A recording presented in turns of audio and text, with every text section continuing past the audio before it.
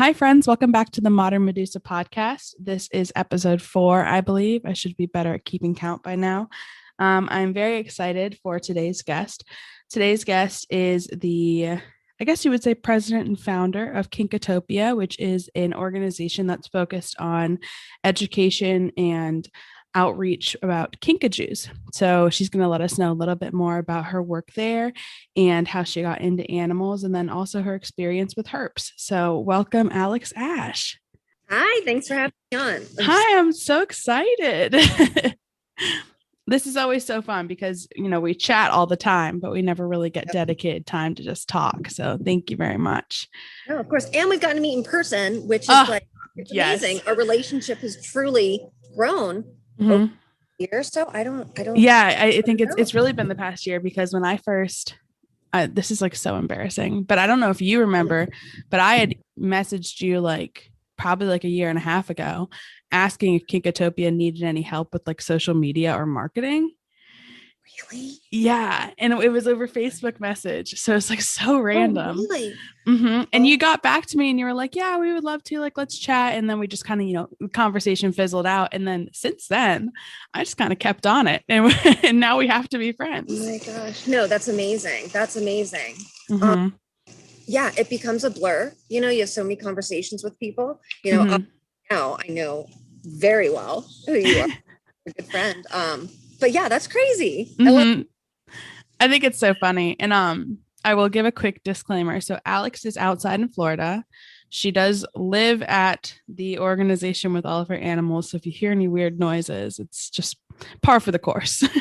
You're right. Well, everyone is nocturnal here.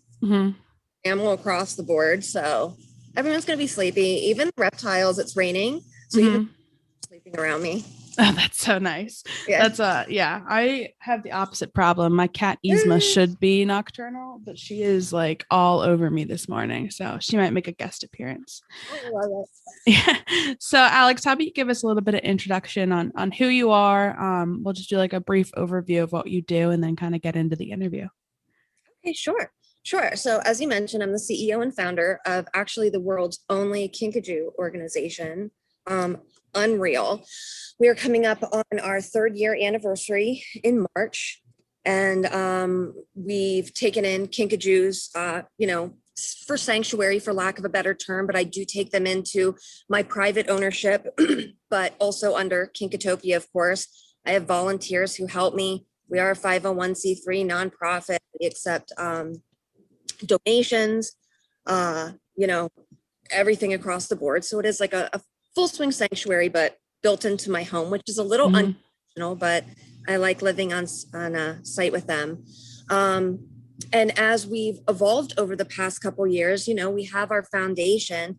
We're growing into more education and outreach, which is something that we've done all along, but we're truly growing into having a voice to speak for these animals because they're so overrepresented in the pet trade, but underrepresented when it comes to information, or at least they were before we really came onto the scene to speak for them and be the voice and say, these animals are not pets. And when I say that, I'm saying it as they're not traditional pets. They're not everyone, and so many people get them with these unrealistic expectations and with such little information that they end up, doing more harm than good to the animal, which then sways their relationship.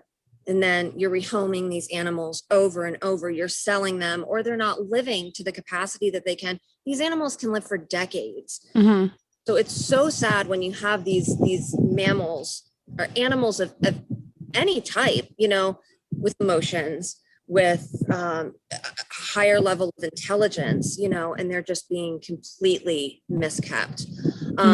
So really quick, can you, for those who may not know, can you just give a little bit of information about what a kinkajou is? Yes, that's always the popular question. So a kinkajou is a nocturnal mammal from South and Central America that are related to raccoons and coyotes. Get into the U.S. and other parts of the world due to the pet trade. Are arboreal. They live in the treetops of the rainforest, and they primarily eat fruit. They're evolved from carnivores, so they have these big fangs on them. do primarily eat fruit. They'll eat some veggies. We give them some protein here because obviously captive diet versus wild is a little different. Right. But yeah, there's something else. They kind of look like a little monkey bear. Mm-hmm. Willful. They have a high pitched whistle. They can be noisy at night. They are like, that's great for the neighbors. yeah, perpetual toddlers. Mm-hmm. So fortunately, my neighbors are amazing. And with the whistle, you can't really hear it when you're in the home. I can because I know what it is. Mm-hmm. I think a lot of people think they're birds. So now Mm-hmm. Yeah, because I know you put on your TikTok fairly often, like them whistling, and then you go out with a Twizzler. And I don't know, if I was a perpetual toddler, I'd probably do the same thing. I know, right? I know. Mm-hmm. Before we get more into the kinks, which we'll definitely talk about in great detail, I kind of want to know a little bit more about you and how you got into animals in general. Were you raised around animals? Is that something that was common in the home? Can you go into that a bit? Yeah, absolutely. So I always love to lead with, I'm actually a descendant of the DooLittles. So my mom, her maiden name is Doolittle, and it started back with like my Nana, where she volunteered for paws. Mm-hmm. So my mom grew up with that. And then my mom was always the one who was, bringing home animals and, would piss off my father. And, Mm-hmm. we've had some, we had, bunnies and fish tanks and, all sorts of just domestics. Oh, I grew up in Pennsylvania, right? Mm-hmm. Which is very different for, at least with my experience in like kind of farm country outside Harrisburg. A different variety of creatures that you would own up there. Mm-hmm. Down here. Now, of course, I was very amateur, literally growing into being a teenager and getting exposed to reptiles were my first love. I always grew up and was interested in animals and whatnot, but I went to the Renaissance fair up there and they were selling baby dragons, which were, the little anoles, Mm-hmm. like head over heels immediately. So I brought home one. Next thing you know, I needed to have like a whole bunch of them, and that evolved into getting iguana and water dragons and basilisks and beardy sparrows. And I had this whole collection. I remember having like 18, different varieties at once. They were all in my bedroom, and that was my obsession. Mm-hmm. So let me share too, and I'm very open that I'm a recovering heroin addict. Mm-hmm. So in my story, you can trace like these compulsions and these obsessions are also very much characteristic of my disease. So like, whereas someone has a hobby, I was literally live it, breathe it. I had a website, I was writing, I was keeping, lists of every time they went to the bathroom and everything that they ate. Like, I guess that can also be very characteristic of someone hobbying, but I'm just a kid in my bedroom with all my creatures, just like, I love them. I was in it. So I got to go, we started doing the reptile shows up in Pennsylvania. So I got very spoiled up there because it's not like that down here. And I went, I forget, there was another really big one up there. And I loved it. So reptiles were always my first love. I took my beardy and my iguana to college. An iguana in a college dorm. Wow. Not in a college dorm. I always tried to skirt around that. Okay. But I had him up in my apartment. And when I had my beardy up with me too, at one point I had him living at my boyfriend's frat.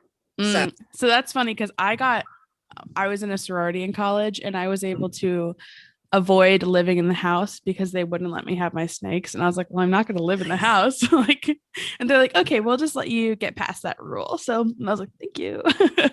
Sounds like a win-win for me. Yeah, I definitely saved a bit of money. So good. Mm-hmm. So yeah, but I was always head over heels with reptiles. Always my thing. My first tattoo was a little lizard. So that was my first love. But like to skip forward a little bit, I ended up really entering the height of like my addiction in 2008. And, that put me through a whirlwind of going in and out to treatment centers and, trying to get sober and not being able to stay sober. So, for a period of 4 years, back and forth to these places, and my mom would care for my reptiles. She was always great. Mm-hmm. But 2012 brought me down to Florida. So I came down here to a long-term treatment facility, and I knew that like I wasn't going to go back to Pennsylvania. And I think at that point too, like my reptiles had reached age, because I got them when I was 12, 13, my reptiles passed away. But I came down here and I got sober and I was ready to get my own apartment. And I knew I wanted to get reptiles. And down here, in this area, a friend of mine had this big boa. Mickey was his name. And she had a bunch of at her house. And I'd go over and I'd hang out there. And she took me to underground reptiles. Oh, that's a gateway to reptiles for sure. Totally. And here I am in this place and I'm like, what on earth? How did I know this didn't exist? Like, this is unreal. Like all these different kinds of creatures. I was so immersed in like the iguanidae family up north. Easiest thing to get a hold of. Down here is like, holy crap, the little nose running around. I'm like, this is really cool. So I knew I wanted to get back into having reptiles. And my roommate, who I was going to be moving in with at the time, came out that she did not like reptiles and she didn't even like hamsters, or she didn't want any small animals that resembled rodents and all this stuff. And I'm just like, oof, like, this is not going to be a good situation. Like, fortunately by this point, I met Michael, who's my fiance now. And he took me right back to underground reptiles. I was staying with him for a little bit before I got this apartment. And he took me to underground and he said, listen, if you live with me, you can have anything in here. That's such a good selling point. We've been dating for 3 weeks. Oh my God. So for anyone who doesn't know, Michael is very into animals as well. Can you talk a little bit about his collection? Yeah. Michael keeps venomous now. And underground at that point in time, like this moment of us going there was very pivotal because at that same time, he was really seeing the venomous. I had exposed him to underground prior to that. So yes, Michael primarily keeps cobras, a rattlesnake, a couple different vipers. We have a Gila, we have an alligator. Of course, we have our tegus and stuff. We have a couple different non-venomous too, but Michael very much is into this. But at that point, let me share that he didn't have any animals at his apartment. None. Wow. So at this point, we'd only talked about bringing my cat down, Lamb, from Pennsylvania. Okay, we're going to have Lammy. And so he had none, but he was always interested in animals, even from being a kid. Like he talks about now the first time he ever saw a tiger salamander, and we own some of those now, but it's so nostalgic for him. That's what catalyzed it for him. So, and he's from Pennsylvania too, go figure. And you met in Florida? We met in Florida at work. We were working at a treatment center sober as well. And so it's like, here we were, these two people who'd come together, and it was like the reptiles just started it all. So I agreed to move in with him, and I brought home my first Cayman lizard, Xavier. Oh, that's a fun one. I got to see those in Peru. They're gorgeous. Oh, a while. Oh, I can't even imagine. Well, it was very brief because they're like Cayman lizard, and then it just jumped into the water, and we were like, yeah, I saw that for sure. So good. No, it'd be so cool to see him in the wild.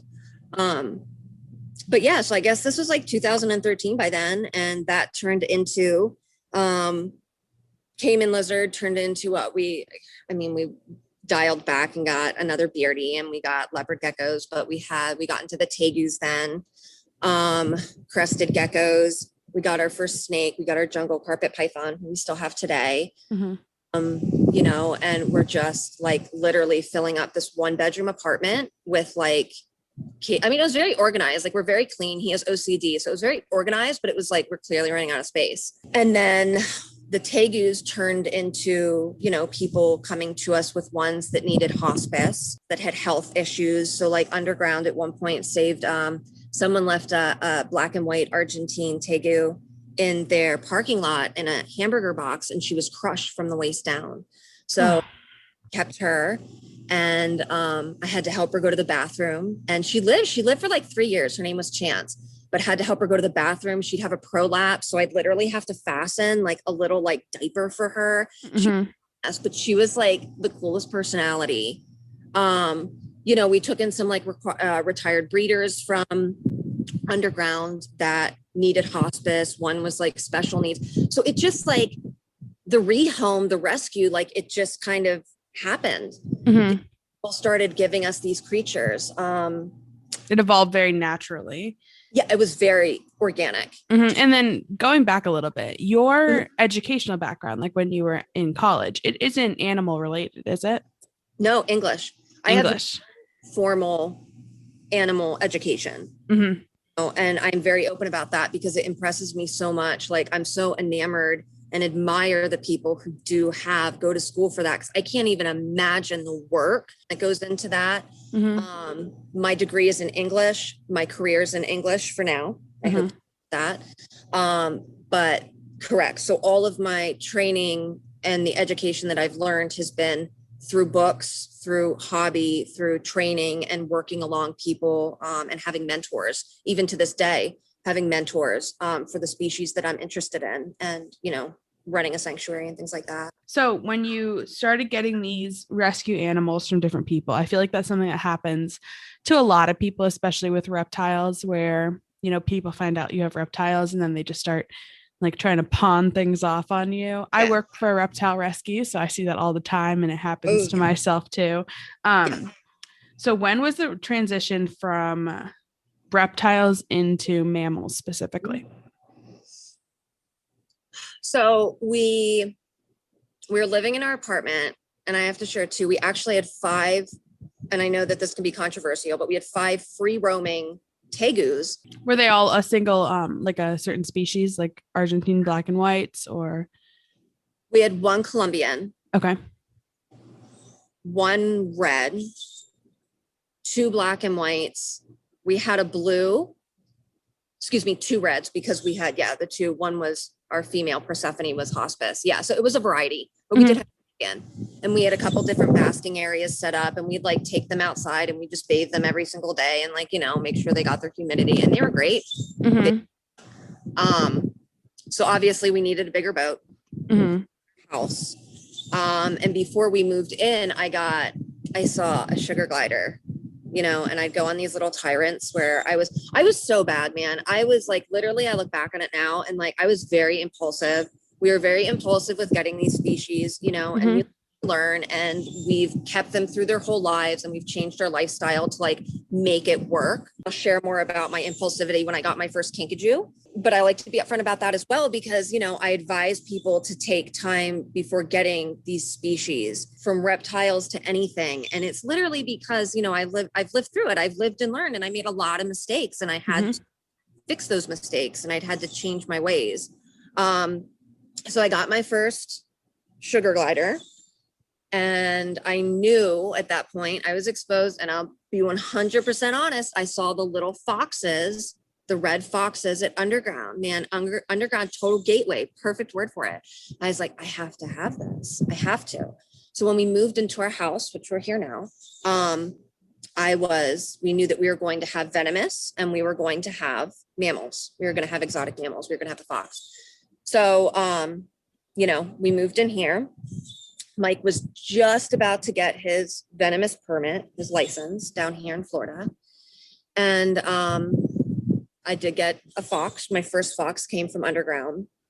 And then I really started kind of like researching. I was kind of curious where these animals came from. I did a little more back research. And again, at this point, we'll consider it hearsay because I'd never want to. I mean, Underground, we have a great relationship with them. So this is by no reflection of them. And this is, like I said, hearsay. So, but I did hear through the grapevine that these foxes were actually from fur farms, that they were, ranch raised. And that got me more interested in that. I'm like, well, wait a minute. So these animals could be coming from fur farms. And if they're not, if this isn't true, they are coming from fur farms somewhere. When I moved into our home, I got exposed to the Amnesty Adopter Program in Florida. And what it is Florida Fish and Wildlife has these days where people can come drop off their animals, domestic exotics, not cats, dogs, but, I don't know, ferrets and sugar gliders, hundreds of ball pythons. And of course. And I learned that I could be a registered adopter. So I could, oh my God, my red foot keeps falling on her back. She's driving me nuts. We'll figure it out. So I learned that, there was a program for this. So I was like, okay, well, if I did this, and what if I was able to start finding appropriate homes for these animals? So I could be a dealer too, which means that you could bring them into your care and then rehome them. So can you really fast, these amnesty adoption days, what are those? So they're days in Florida, and it's run by Florida Fish and Wildlife, where you can come drop off your animals without penalty. So you can drop off in Florida, we're ranked class 1, 2, and 3 animals. 3 would be a kinkajou. It would be a fox. It would be a lemur. I'm sure that class 2 and class 1, which are your more, let's say your elephant or your Komodo dragon, they're not through an amnesty day. You're most likely going to, they're going to receive those animals and deal with them appropriately. So does that mean that essentially you're like, hey, I have this animal, I can't take care of it, you can't fine me for not taking care of it properly or for not having right permits? Okay. Right. So they have these drop-off points all over the state a couple times a year. They'll go from a certain point in the morning, they can come drop off. And again, you just drop off, you leave them, you fill out a form. And then the adopters come in the afternoon, and it's like a lottery system. Is this a perfect system? Absolutely not. It's pretty disheartening. It's very exciting. I don't go to them anymore. But you draw a number, you get in a line. All these animals are lined up in kind of a circle and maybe a trailer, and you walk through and you do one at a time, say, I want that one. And then you can get back in line to come through again. Wow. Typically lots of sugar gliders, pythons, beardies. Those have always been the top ones. I see lots of tortoises. And then in addition to that, throughout the year, they'll send out emails to the adopters. I've been getting emails recently, sugar gliders, where people want to rehome their sugar gliders. So, it's the state working to help these animals get into different hands, because I can't say that there's much of a vetting process for becoming you apply for it, but I understand that in having a vetting process for that's more manpower and that's more money. So, but it's hard to do a vetting process when it could be someone coming home with a bearded dragon versus a kinkajou. Oh yeah. Yeah. I will say the only time I've been to one, they had a pearl fox, which is a red fox. It's just color morph. And what they did was they took everyone who had a particular kind of license for a class 3 mammal, and they put all their names in a hat, and they drew out a name. And the woman who did get this particular fox had never had a fox before in her life. Ooh, that's, it's not an easy pet. No, I ran over, I gave her my contact information. I helped her get her fox settled. I actually helped her later on get a companion for the fox. And then I found out a couple years later that she surrendered the fox to a sanctuary down in the Keys, both of the foxes to the Keys. So like I said, again, it's no perfect system because it's exchanged multiple hands. Fortunately, now they're in the right place. But it's just so sad. I speak for the kinkajous, man, but it's just across the board there. And it's not just reptiles or exotics. It's every animal. It's domestics. It's everything. Yeah. And I think it's interesting because I've been thinking a lot right now, we are in the midst of COVID and such, of all of the COVID kittens and COVID puppies and how they're doing great right now. But I have a feeling that when life gets back to something more normal, we're going to see a huge boom in animals being returned to shelters, because a lot of people take on these animals and right now they have time to spend with the animal, but they're developing animals that are going to have anxiety problems or separation issues. And they haven't taken the time to, properly train them. And even if it's a cat or a dog, that changing of hands so frequently, that's where a lot of the behavioral issues come up. 100%. 100%. So you mentioned that you wanted to help be a coordinator for these events, or you're looking into that. So where did you go from there? So not necessarily coordinator. I always wanted to just do it. I wanted to just do it myself. I was exposed to the event. I knew that it existed. The program existed. So I applied and I figured maybe this is something I can do in my home. We have the space now. I think at this point too, I'd gotten, I had a couple sugar gliders, I got a companion for my guy. I did take on a second fox. So, my boys had companion, so we just decided to, I was like, hey, I'm going to create like a little organization. Like, this is going to be cool. It's going to be like a hobby, it's kind of like a side to help animals. You thought it was just going to be a hobby. I thought so. Right. So at this point too, like I hadn't finished college yet because of, getting sober. And that's a huge part of this whole story too, is that, this is all within my first 3.5 years of getting sober, the first in Florida. So us moving, me establishing my old organization, really getting into the rescue and rehome. I hadn't finished my college degree yet. So, I was working in the treatment industry, thinking I wanted to be a therapist. So it was kind of like I'm taking on all of these different, I'm just trying all these things out. I'm still trying to like really find myself, and I'm trying to be sober, which is not an easy feat. So it was just like, okay. So I started getting, more and more into like getting deep, into the animals, and we were taking in, I couldn't say no to anything, man. There were so many creatures that needed homes. So, I mean, from ball pythons to, we took in a coyote, I had opossums, I had skunks, lots of different bearded dragons, tons of sugar gliders, it just kept growing and growing. I ended up bringing down from Minnesota a fur farm fox, a little girl with 3 legs. Oh, and she was amazing. So it got so big so fast. I was working second shift. I was staying up all night with the animals. I was sleeping a little bit during the day, not taking care of my sobriety, not taking care of myself.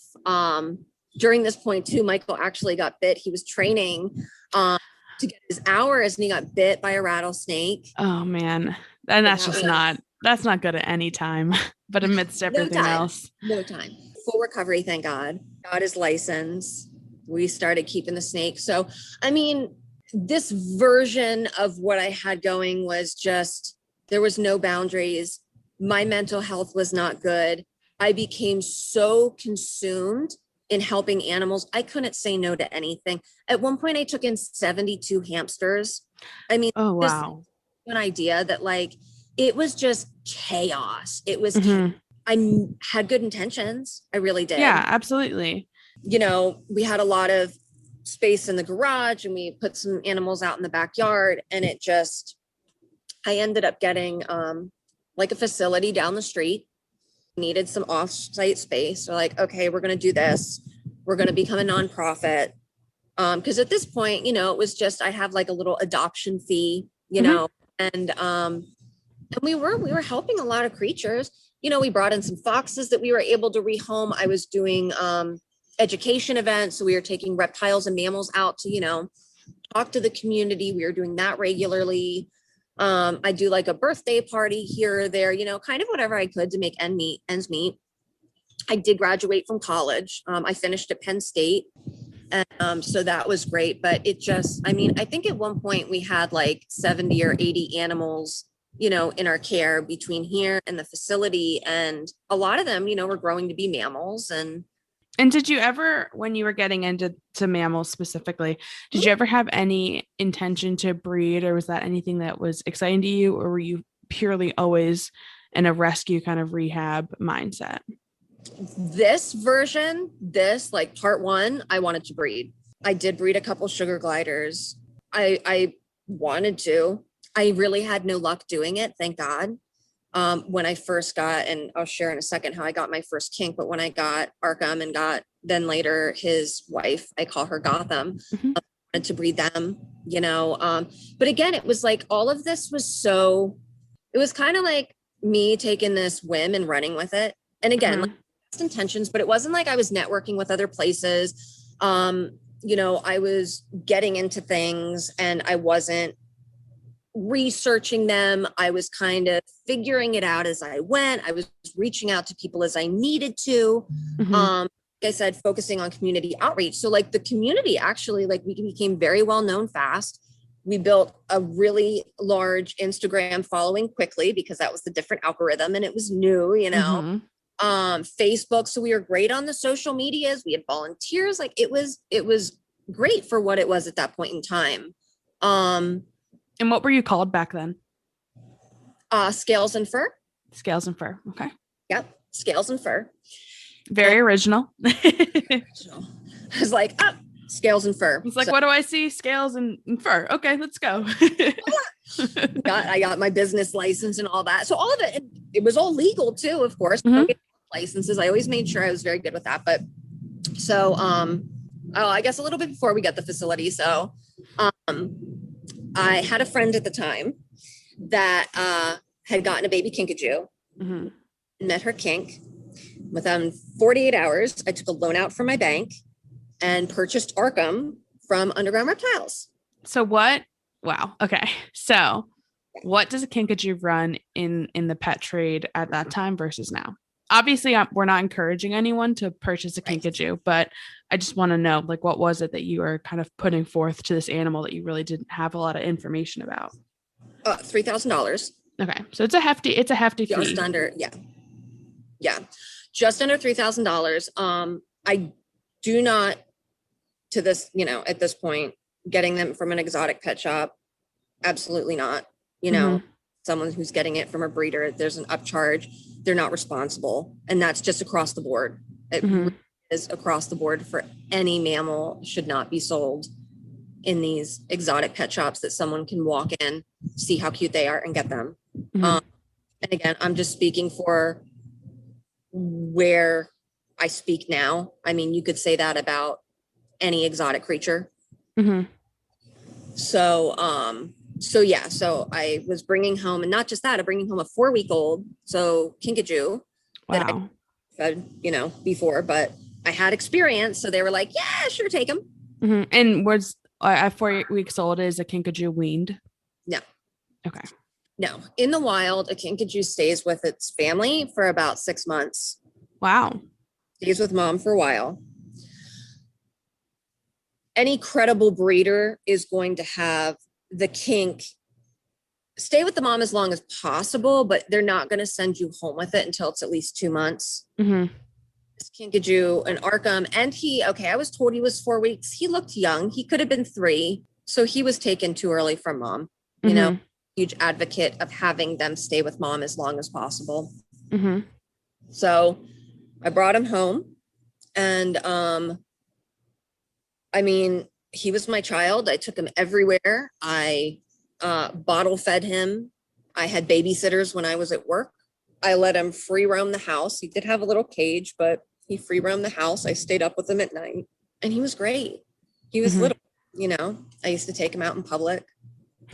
And then that was in September of 2016, I want to say. 2016, maybe 2015.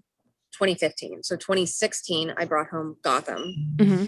And with her, again, would not recommend, but I financed her at an exotic pet shop because I'm still working in the treatment industry. I'm not making money, I'm not bringing in money from the rescue to pay myself. That was just all for the animals. And my job was paying my bills. I didn't have savings. So I financed Gotham, got her from an exotic shop up north Florida. She arrives. I was told she was a baby. Was like clearly an adult. Traced her roots. She was a wild caught import. So thank God she landed here, but thank God we had Arkham because Arkham truly helped her come out of her shell. So I've got him, God bless her. He's a baby. She's like 6 or 7 years old. So they're like, to this day, they're totally attached, but I wanted to breed them. This is great. I love this. Kinkajous are so easy. And I was lucky that them was not aggressive for being wild. That's what I was going to ask. Were there any issues at the beginning? Because especially, I've talked with you pretty in detail about this, but can you, before we get into your desire to breed them, can you talk a little bit about the temperament change with most exotics when they hit puberty time? Oh yeah. And I'll I'll use Arkham as that example because that was big. Perfect. Then let's keep going. We'll come into that. Yeah, because that's Kinkatopia. So Gotham's like, I call her my unicorn. Gotham is aloof. She doesn't want to be pet. She doesn't want to be held. She did bite me. She arrived because, I'm used to a baby kinkajou. I just reached in the crate to grab her. She got my arm. She didn't get as bad as she could, but man, I deserved it. And to this day, she's the only kinkajou who's not fixed. The only one, just because there hasn't been a reason to. She's the only kinkajou I trust my back to. She does not have an aggressive bone in her body. She can come out in the house. She won't she's not destructive. She's a lady. She wants to do her own thing. Back her into a corner. She'll take food from my hand. She'll come when she calls. She'll go back to her room. She's special. That is just so every time you talk about her, I'm just in awe because the fact that she was wild caught an adult and the fact that she is just, the nicest of your animals is phenomenal. It's very lucky. Yeah. Oh yeah. Yeah. She's very gentle. But in the beginning she was very scared, it's taken a lot to get her to adjust, but and like I said, she is a unicorn. She is like the 0.5%, this is not normal. But so Arkham, of course, because I knew better. And this is, me, I'm going to breed them. And everyone kept telling me, including my veterinarian was telling me, you cannot breed these animals and have a pet quality kinkajous. You're going to ruin your relationship. And I'd say, I'm different. Alex, they need to have a big cage. You can't let them free roam. No. I'm different. So towards the end of 2016, Arkham was a year and he did start to hit puberty, start biting people. So it was kind of sporadic. But it was just kind of like, okay, we kind of reached a point where I was like, okay, so I'm the only one that can handle him. It's fine. I will, I'm still going to breed them because I desperately wanted this baby kinkajou. I stopped taking them out in public. And up until this point too, I look at people now who take the babies out in public. I had no idea, man. I had no idea how I was putting my animal and myself at risk. And I just thought I knew better. It was like, there was so much ego, and especially like my drug addiction, man, loved it. Loved the attention, loved the ego, loved the social media, loved, having this animal empire. It took me away from my recovery. I was consumed. It literally became my higher power. Like it just, I did nothing but this, so Arkham's biting. And I'll come back more into his aggression because what happened was I relapsed. I relapsed at the end of 2016. I went back to using heroin in Florida. This is the first time I used heroin in Florida. And I got arrested in March of 2017. Thank God, because I literally need a physical barricade between me and my drug, right? So this is like a huge pivotal point in me and the animal industry. I know you brought up how we're going to talk about being a woman in this industry, but I want to talk about someone having a disability. Even though I hate to use that word, but someone who does suffer from mental illness. So I got arrested. When I got arrested, Michael had the animals removed from my facility and the foxes removed from my home and some of the animals here, and had them go to who I thought was a friend at the time, but went to a different sanctuary. So by the time, and I was just in jail overnight, but by the time I got out, he had me set up to go to treatment, and he wanted to propose me having the chance to get sober again. But he didn't want the animals here for me to use them as an excuse to stay. He took the time to make sure that the animals were safe so I could make this decision. He kept Arkham and Gotham here, thank God. And our flying squirrel and our ferrets, everyone else was moved. So I decided to go to treatment. on the fly, left Arkham and Gotham, my heart. And this was, I had relapsed before. I'd relapsed before many times, chronic relapser. I've been to treatment 5 times, I'd always gotten everything back very quickly. They say in recovery that you'll lose everything overnight. I never thought that I would lose what I built with the animals overnight. Literally, it was gone overnight. So people got a hold of my arrest information, which has different charges on it than what I was actually charged for. So it looks like I'm like this heroin kingpin manufacturing these drugs and selling them, like, and having my organization as like a cover. It was it was in the newspapers. It was in the evening news. My best friend at the time and some other people who were involved in helping me are the ones that brought this to the news. So this is the animal community. These are people that I thought were my friends. And as soon as there was an opportunity to get me away from the industry, they took it. And if I can ask a question, I know that now you're very open about your struggles, and you obviously, you're obviously very open. Before you had this relapse, was this something that people in the industry knew about you, or were you still trying to kind of hide it a little bit more? I was casual about it, but like now I yell it from the rooftops. And I can talk about that too, because it's something that has helped form my organization now and me as a person. In the past, I'd like tell people.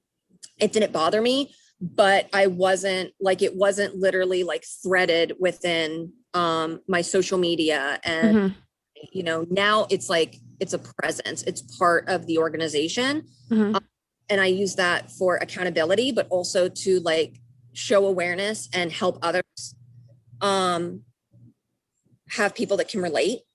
But I mean, it was just something like, I'm a recovering heroin addict, it was there. It was a fact. It just like, it didn't have a life form. So, but it got so bad so quickly. And, I take full responsibility for my actions. I was sick. I was using drugs. I could have done better by all the animals in my care. No one was neglected. No one was dying. No, that's no excuse. They deserved better. Cage cleaned every other day instead of every day. Like, they deserved better. I will own that. I don't like to use my disease as an excuse, but I was sick, and I live every day now making living amends for that situation and making sure that these animals have the absolute best care possible. So, but it got really bad really quickly. I was in detox and then I went to treatment, and I had no idea the magnitude of like the chaos that was ensuing here. My family had to shut down my social media. I was getting death threats. People were sharing my mugshot. All these rumors were going around that my animals were taken. I had a facility filled with dead animals, all this stuff. My animals were confiscated by the FWC. It was like, it was insane. And that didn't happen, and now every once in a while, someone will be like, oh, I know who she is. She's a terrible person. That's fine. And people just don't know any better, and that's okay. But if 5 minutes to like search the databases, to see if I had any charges brought forth for any of these rumors, I didn't. If, I've got a great relationship with the USDA, the FWC, and they actually even supported me through this situation, found ways to, try to make everything not go away, but calm everything down. They stood by Michael because he had to step in for me while I was in treatment. So the agencies really like helped cover him with this situation, and they were amazing in this to this day. Like, I'll sing praises for them because they've always had my back. So it was crazy. It was chaotic. So I was in treatment for 2.5 months. During that time, Arkham's hormones are raging. And he doesn't like Michael, is that correct?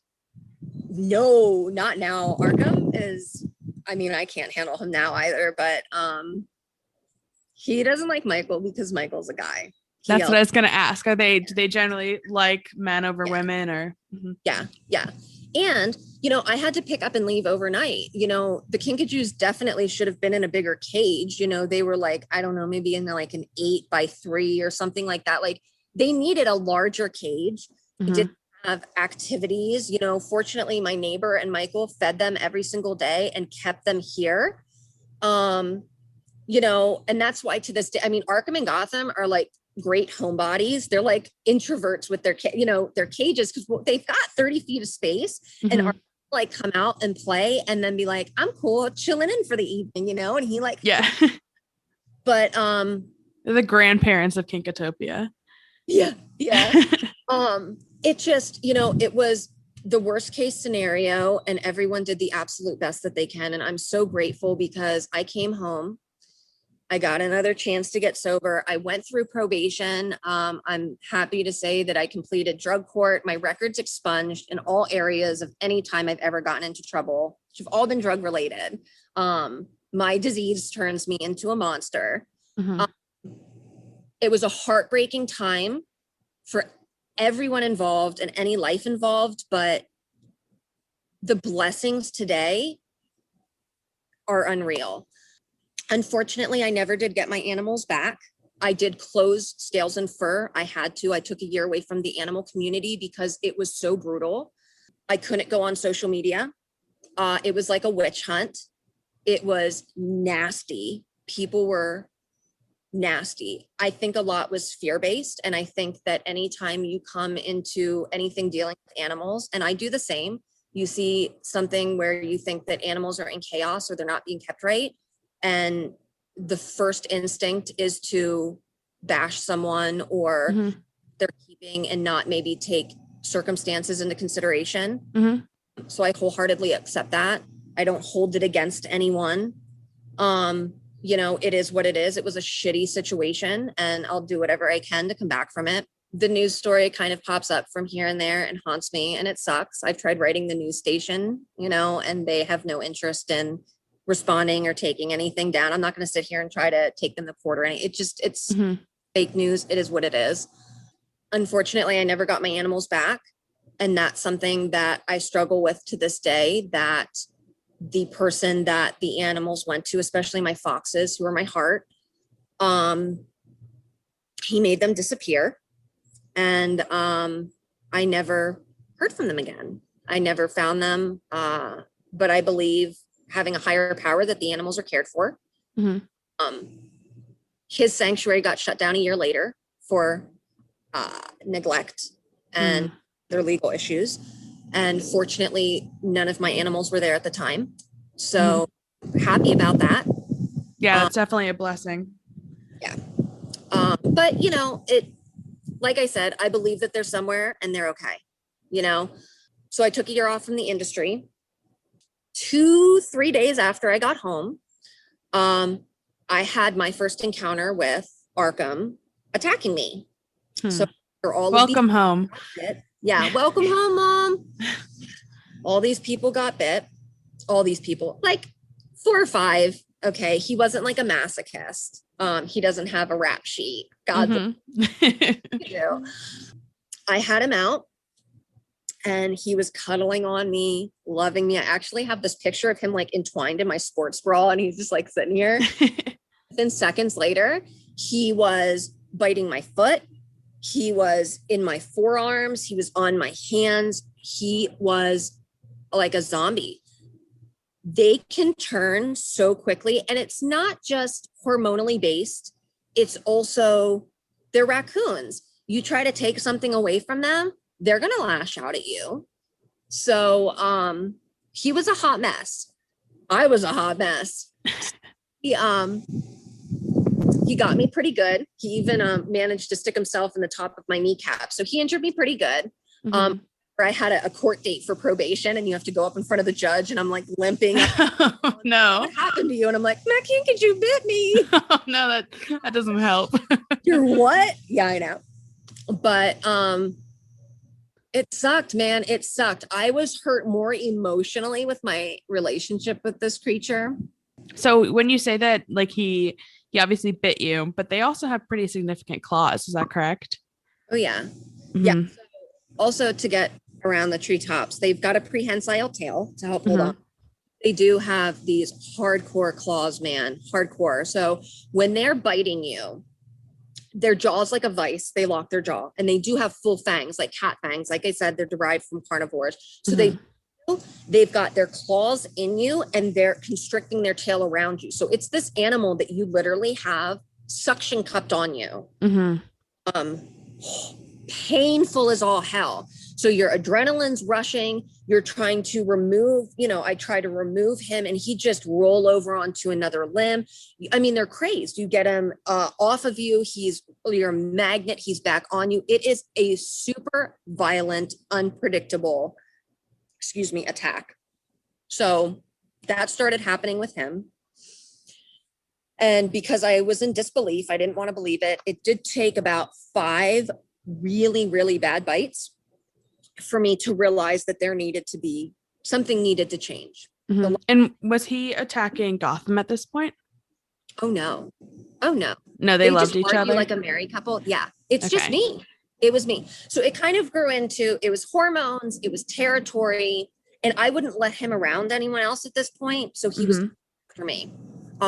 We moved him from, I said that they were in that cage. We moved them into a 30 by 9 foot by 9 space. So he had a giant enclosure. He was just a hot mess. Hormones. So I'm like, okay, crap, and again, him and Gotham are fine. They have their tiffs. They're very vocal. They yell at each other. They're a married couple. So, it was just like, okay, so clearly there's a problem. Last time he bit me, he actually pulled the inside of my palm out. So that's one that really made me realize that like there needs to be a solution. So I started reaching out to vets, and everyone was basically like, oh, he's 1.5 years. It's too late. Don't waste your money. Don't waste your time. He's always going to be like that. And I'm just like, listen, there has to be like, I've got no hope. Oh, well, you should get rid of him. Okay, I'm not getting rid of him. Like we're going to do anything we can for these animals. So there is a sanctuary down here called Mccarthy's Wildlife Sanctuary. And on a whim, I emailed them, and their husband and wife own it. And the wife, Aneth, offered to have a conference call with me, which at that time too was like, oh my God, like no one in the animal industry, I was blacklisted, this was amazing. So she spent an hour on the phone with me where she shared that she had the same situation happen. Okay. She had to, her guy, I think his name was Louis. She had to accept what was happening, show up for the commitment that, she committed to this animal, and find a way to make sure all of his needs were met, and find another way to have a relationship with him. So I get off the phone with her, and I'm like, okay, this sounds like recovery to me. I just called someone like a sponsor or mentor. They told me their experience, what worked for them. And they're telling me acceptance. They're telling me change. This is literally what I'm living right now. So let's see what we can do with this. So sure enough, I trained Arkham he lived in his room, but I trained him to come to my sliding glass doors for our indoor enclosure and give me his tail. So I pull him out and put him in a kennel. They have a prehensile tail, so you can hold them by their tail safely. So with this training, now I could get him into a crate. I could safely be in his enclosure to make sure he had enrichment, to make sure he had proper diet, make sure it was cleaned. And then I could sit with him at this kennel and, talk to him and hang out. Cause you could look at him and see that like, I was still mom. He loved me. He's just a wild animal. Yeah, absolutely. So we found that solution, right? So then ironically, dial it back a little bit. When I was in treatment, when I was getting high, I did all of the paperwork and I applied successfully and got my IRS 501c3 nonprofit license. So I researched that. We did the application, everything we needed. So I received my 501c3 status, like within my first week of treatment, and like knowing that I just had to close my organization. And now I have, or it was like, okay. So I sat on it for a year. So I said to Michael, explain to him, kinkajous, man, kinkajous need a voice.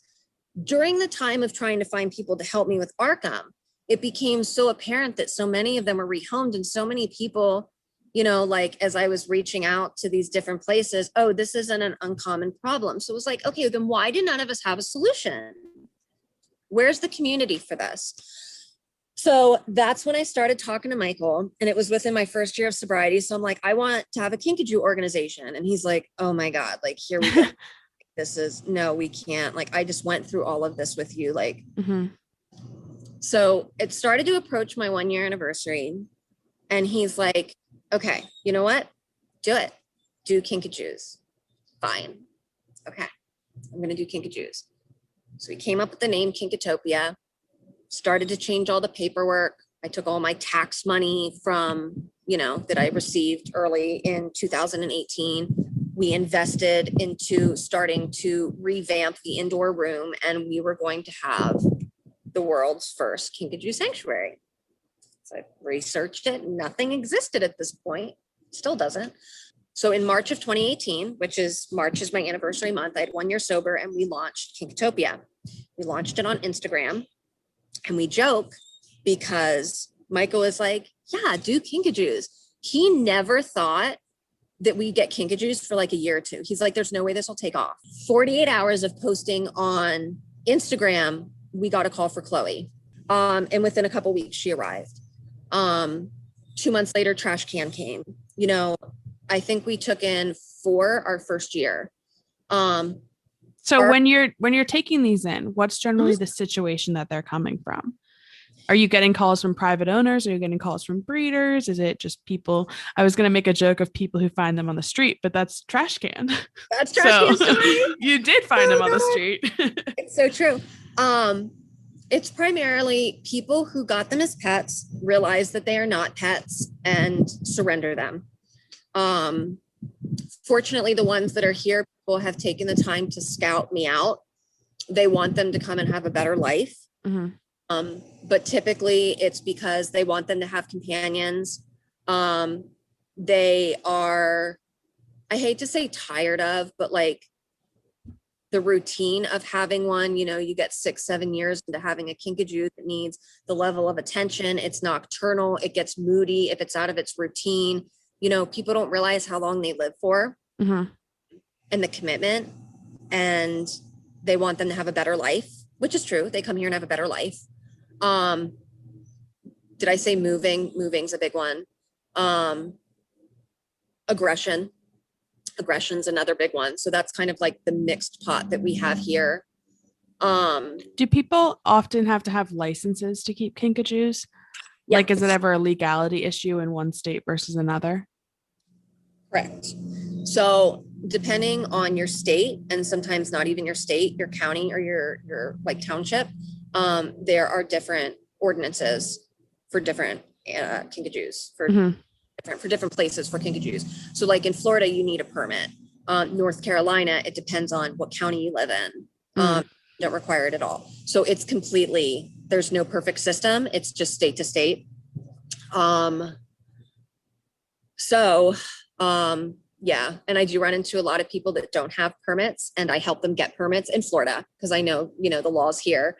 So I, with Michael, I'm like, the FWC has no idea like the service that I'm trying to do. And that's like, make sure all of these are legal too, outside of me. So yeah, I like to do that frequently to help people. But, so we launched Kinkatopia in March 2018. And like I said, it all happened quickly. I did end up taking the plunge and getting Arkham neutered towards the end of my first year. So when we realized, and like my gut always told me that there were so many of these animals that needed this, that they needed a voice. I had no idea in the grand scheme of things how many there really were. And We took in Binks, who was 9 months old when he came to us in November of 2018. And when we got him, I said, we need to neuter Arkham. There's no reason for me to breed. There are too many kinkajous in the world. What was I thinking? So we had him neutered, and he is still aggressive to this day. He's not, I can't handle him. No one can handle him. He has to be enclosed whenever people come over if they're going to see the kinks. But with training and CBD and his neuter, I can safely be in the room from time to time with him. It depends on the day. Sometimes he's more moody, but sometimes I can kind of come in and feed them, and do what I need to. He's a lot calmer. It's been 2 years since he got neutered. So yeah, man, we just took off Kinkatopia. I mean, it took off, but scales and fur was its animal on its own. It grew way too big, too fast. With Kinkatopia, what I've always done is, one, keep my recovery in the forefront of every single day. But we're not trying to grow without our means. It's taken a lot to rebuild my reputation. It's taken a lot to come back to the animal world, to come back to social media. I got on social media right after we launched Kinkatopia, and someone called and reported me to the state for saying that I killed one of my foxes.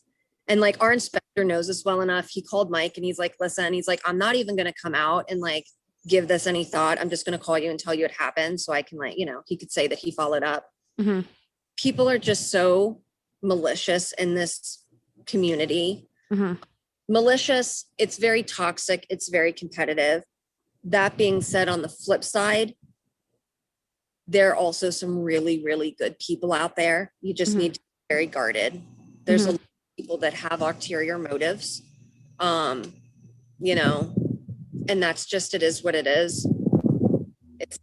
But I wish that we could have more love for humans in an industry that we're working for a common goal. And I really wish that we could have more unity for that common goal. So Kinkatopia has grown. We're coming up on 3 years, and God willing, I'm coming up on 4 years sober next month. We have 14 kinkajous here. We're welcoming a 15th coming from Texas. 2 of them are boarding long-term. I'm co-parenting. It has completely grown from the indoor room to temporary housing to enclosures to having all of this absolutely incredible support and funding by people who believe in our mission. We've helped over 53 kinkajous to date find permanent homes. I do place them in zoos and sanctuaries and with credible private owners outside of Kinkatopia, because right now, obviously, I have so much space. And I don't want to take on more than I can, because it's not good for my mental health and it's not the animals. The dream right now is to fund Kinkatopia so I can get a salary and we can buy property and have a full swing open to the public nocturnal sanctuary where we can help more on a couple acres. So funding now is our next goal. So I can make this life. So yeah, it is something, man. It is beyond. It's incredible. It's great. I mean, I think I think it's coming up on 1 year of us being friends, I think, which is so fun. And it's been great to see you grow and how much you've expanded in this past year. I would love to talk a little bit. We'll get into how people can support you with funding and stuff at the end. I'll make sure that we put all that information out there, because I'm a part of your Patreon. There's great ways to give back and help support your cause. But I know this past year you have seen explosive growth on TikTok. And I would love to talk about how does that work as far as, I feel like you see sometimes those judgmental comments or people trying to shut you down in that regard. How has TikTok helped your growth, and how has it also been potentially more detrimental? How has that experience been for you? Mm-hmm. That's a really good question. TikTok's a blessing and a curse. We are blessed that it did blow up from September until now. It's been, so the benefits, right? Mm-hmm. Benefits are that we're getting more exposure, and more exposure means more donations. It's incredible how people have come to love these animals the way that I do, and have joined our family, and they want to support, and they come to our page daily because they want to see what we're posting. I'm very active on their posts times a day. My little sister texted me and she goes, "Did you see that new picture of trash can?" And I was like, "Of course." I love it. And it's crazy. It's helped our Instagram grow. We've been on some viral, we've had some viral videos that we've been able to contract, and they go on bigger sites. We're having like this little piece done by Jungle Creations now, like taking a collaboration and interviewed me. So we're having like a piece done. It's amazing. We were interviewed by Robert Downey Jr. has a new show called The Bond. A casting agent called us and we did a full interview for them. So we're waiting. Wow. We'd have an opportunity to have an hour-long show for Discovery done on us, which would be amazing. So the exposure is just like absolutely unreal. On a whim, I joined the Creator Fund in January, and unfortunately, like, our views have plummeted, the involvement. I mean, people are still amazing and like keeping up, but like, in the grand scheme of things, I'd much rather continue to grow our following and our family, because the support that people do donate it's great. I'd rather have that larger following to have that backing than like I'm getting, a couple dollars a day now at this point for videos, because they limit your views so much. So probably going to get out of that at the end of February. So that's been a curse. And it's been a little disheartening. It's like, hey guys, come on. Especially when we can use that money to expand, right. Put into the animals. But where it's a curse is I'm showing this animal that's adorable that not many people know exists. So by exposing it more for Kinkatopia to get our message out there, there's this double-edged sword where I'm exposing an animal that could potentially work against our mission, because now people see them and they're like, this is so great, I want one. And that's been an issue in social media across the board, as the platforms have come in and out and been popular, as we were Facebook into Instagram and now TikTok, and increasing it can potentially add to the problem, so I try to be vocal in our mission. I try to answer every comment.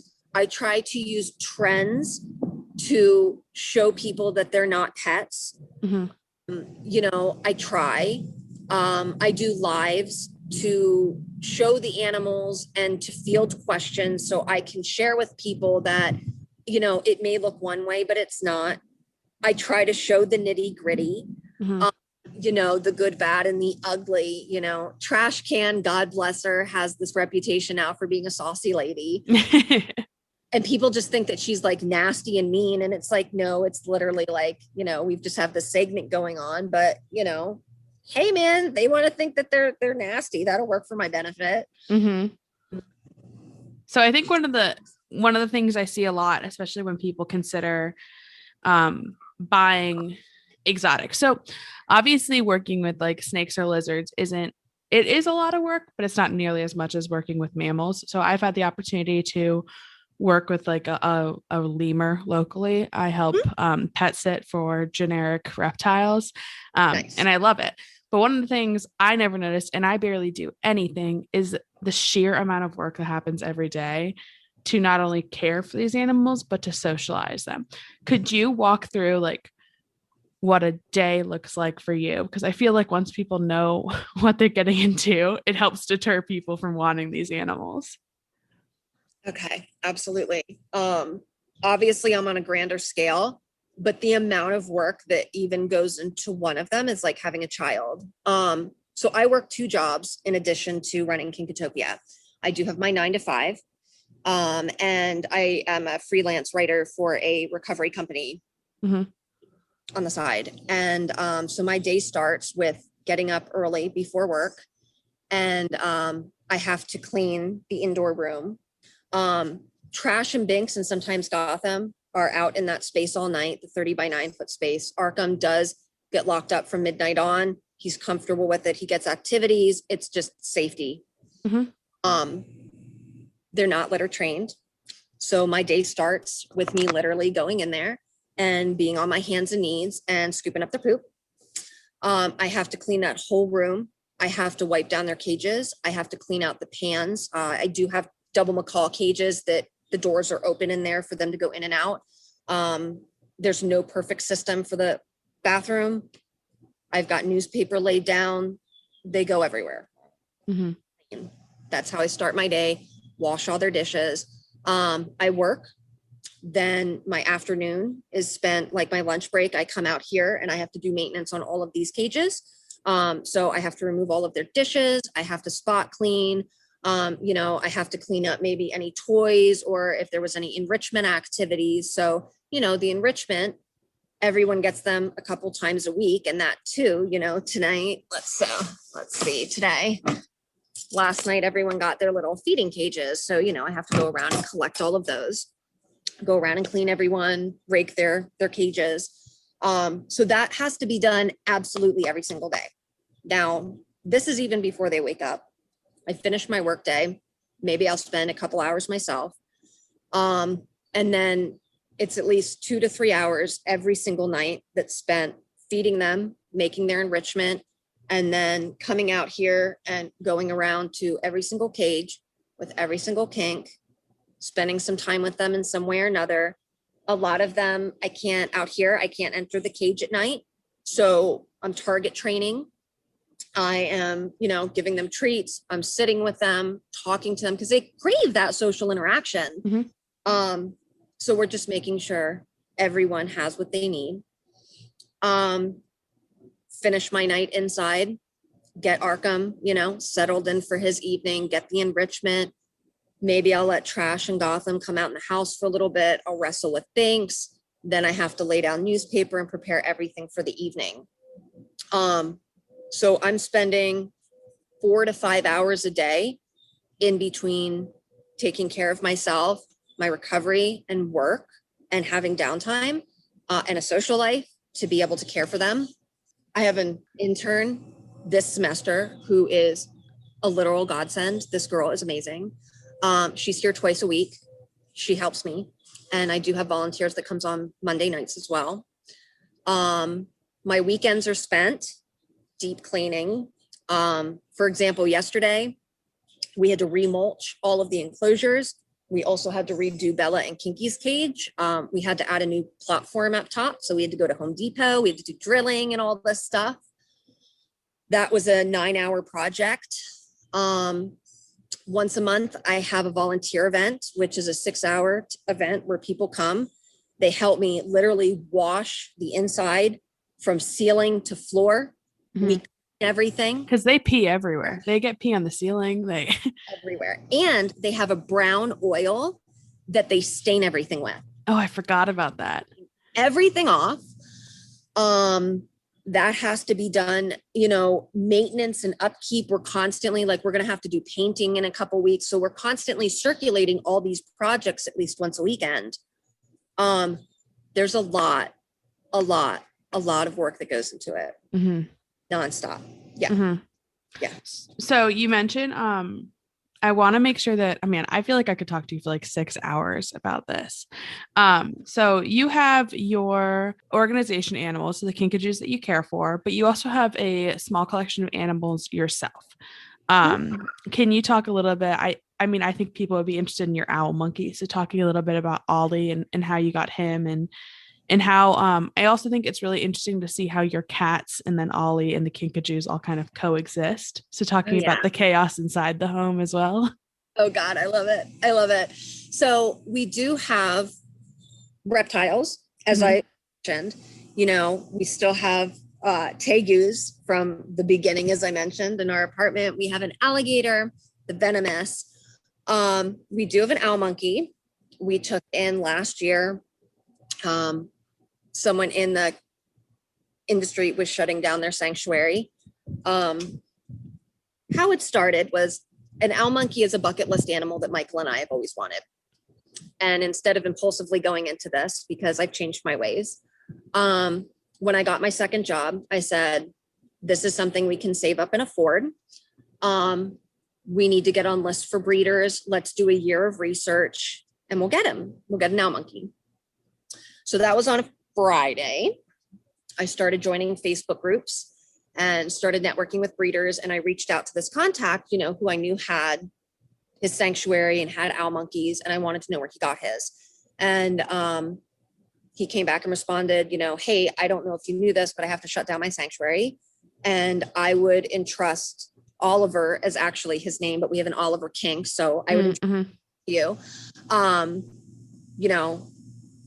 I want you to pay X amount for him, but we can work something out, So I talked to Michael and I said, listen, this is a really good opportunity. We can pay him off, invest in him. Let's do it. So that was a Tuesday. Oh my goodness. Jumped in the car and went and picked up Ollie. I've never trained with primates. I've been around primates. We figured we'd figure it out as it went. It was going to be fine. This was a great deal. And we went and got him. And, fortunately too, we also knew that we had the resources. I had an animal trainer on my board at that time. And, we were like, we knew we had the support to be able to figure it out. Mm-hmm. So we got Ollie and, God bless him. This poor creature, he was unsocialized and he was isolated. He just was not being kept properly. Was there a reason this other sanctuary was being closed, if I can ask? Sure. So to just give the nutshell, and this really what made me take a look at myself at the time, is this individual was going through kind of a midlife crisis and was going through some severe personal issues. And he tried to sustain the sanctuary and he couldn't on his own. So he did need to close it himself. And the reason when we went up there that the animals were in the condition that they were was because he was going through issues himself. So I went up there, and Bella is actually from this place too. She's a kinkajou here. And when I went up, we got Ollie and then went up a month later and got Bella, and seeing the conditions, I initially wanted to judge. And then I was very quickly humbled and said, oh my God, I felt like I was looking at myself from, so I have a lot of grace for that situation. I don't believe it was any fault of his own, And I apologize if I sounded judgmental. I was just curious. No, I think it's a natural question. I just want to be, keep the person as anonymous as possible. Of course. But I think that it's important for people to also hear that, there are people behind these organizations. They're living human beings that are, excuse me, that mean well. And sometimes stuff happens to us with no control of our own. And we do the best that we can and we fall short. And that doesn't mean that we should be ostracized. Absolutely. So Ollie just was not being kept in the best conditions, and we brought him home. He hit puberty. He had a lot of behavioral issues. He was a rehome monkey that didn't know how to be a monkey. So we got him neutered. I hired a monkey trainer to work with him. You can find anyone in Florida. I think that's so funny. Yep. We got a monkey trainer, and we work with him every single day. We're coming up on a year since we've got him. Excuse me. And he's a piece of work, man. I don't think I'd ever get another primate. I like animals that are a little bit more independent. He's wonderful. He has made such amazing strides. He's not too keen on visitors, but he's great with Michael and I. We're expanding his cage. We moved him out into the living room months ago, over the summer. Because before we had him in a side room. So we moved him out so he could be with us. And now we're expanding his cage even more. We're going to put a big setup in the living room. He's got this great walk-in aviary that he has no interest in. Go figure.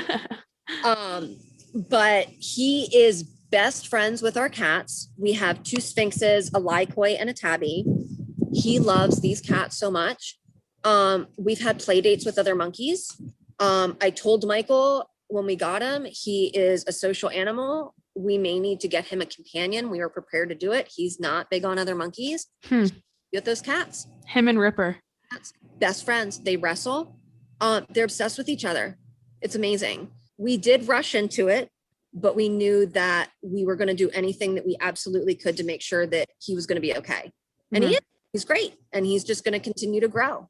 So he's great. We have flying squirrels. So they're outside now in a big walk-in aviary, but I've had flying squirrels. My one guy, Maverick, has been with me for a long, long time. And I'm excited to say that this year we're going to welcome a Jeanette to our family, a small. Oh, that's so fun. Jeanette. Yeah, that's another bucket list animal. I've done the research. I've wanted this creature since when I got Gotham. Since we were going to get another owl monkey and decided against it. We do want to have this creature living among our home. It can coexist with our cats and just run loose. So we're waiting for it to be conceived, and then we'll be welcoming it to our home at some point this year. So we're getting to the time. So I just want to ask one more question. If someone thinks that they are in a position where they can like mentally, financially, physically afford to get an exotic, such as a kinkajou, an owl monkey, or something similar, what are your thoughts for them? Like, what would you say to do? What's the best course of action? Find somewhere that you can spend time with them. I know that it's not a requirement nationally to have any hours with these animals, but I think it's very important to spend time with them, to go try to, whether it's sanctuaries or private owners, try to be able to see their setups. Definitely please visit kinkatopia.org, because I've got 20 plus bullet points as to what you need to consider. We have a lot of resources. Join our community. I'm not saying that no one should have them. I'm saying a small percentage of people can actually keep them for their lives. So just to put that in perspective, only 10 to 15% of kinkajous stay in the homes they start out in. The rest of them are rehomed. They pass away before expectancy. They're sold over and over, or they're just being completely miskept. It's very unfortunate. Please don't think you're different like I did. It's so easy to, I get it. But if you're going to get this animal, fully commit to having it through its whole life. And when people, especially the people who keep them, are telling you about size cages and diet and how cautious you need to be with them, hang on to the coattails of your predecessors. That's important. Yeah. And is a kinkajou an animal that you would generally say you're going to need 2 or more? Like, because I know that you keep all of yours in pairs, or you try to. Is that pretty common? Are they a rather social species in that regard? I find that captive kinkajous are more social. In the wild, they are more solitary, but they do come back to sleep together, small groups. I have one here who doesn't like other kinks. Oliver lives on his own. That's how he wants. It depends on the kinkajou. It really, really does depend on the kinkajou. I'm not going to sit here and say it's a requirement, especially if, someone's going to rush into getting 2, and then that's going to take away for the life they can provide for one, especially monetarily and space. It just depends on the kink. I always tell people they're like humans. They're super individual. I'm very careful in how I pair everyone. It's like matchmaking.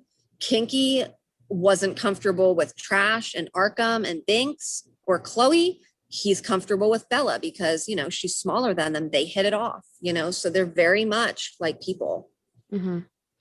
Awesome. Well, I first want to say thank you so much for your time. It's like I said, I could talk to you forever, but I do want to make sure I'm respectful of your day because it is Valentine's Day. But I also want to say thank you so much for your vulnerability and openness during this conversation. It's definitely a difficult situation to discuss, but is so helpful. And I hope that other people can get some mental and emotional relief knowing that they may not be alone and feeling overwhelmed or dealing with other issues at the same time as helping with their animals. So if people want to get in touch with you, where can they find you? So kinkatopia.org, of course, is our website. We're on all the social medias, Instagram, TikTok, Twitter, YouTube, Facebook, you name it. We do have a Patreon. Trying to build. Our Patreon right now is sustaining offsite storage space, and we need to increase that.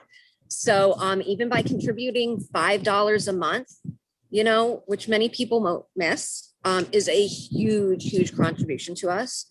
There are fun ways to get involved with the Kinkajous on our website. If you want to donate to your favorite Kinkajou or donate to a specific cause, we send thank you gifts for every donation. Yeah, I just got my little Kinkajou painting and I love it.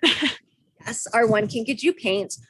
It's very important to us that people who are involved with us in any way, you guys are family. That's what this is all about. It's patience, love, and tolerance. It's all family. Yeah, I'd say those are the hot spots to find me.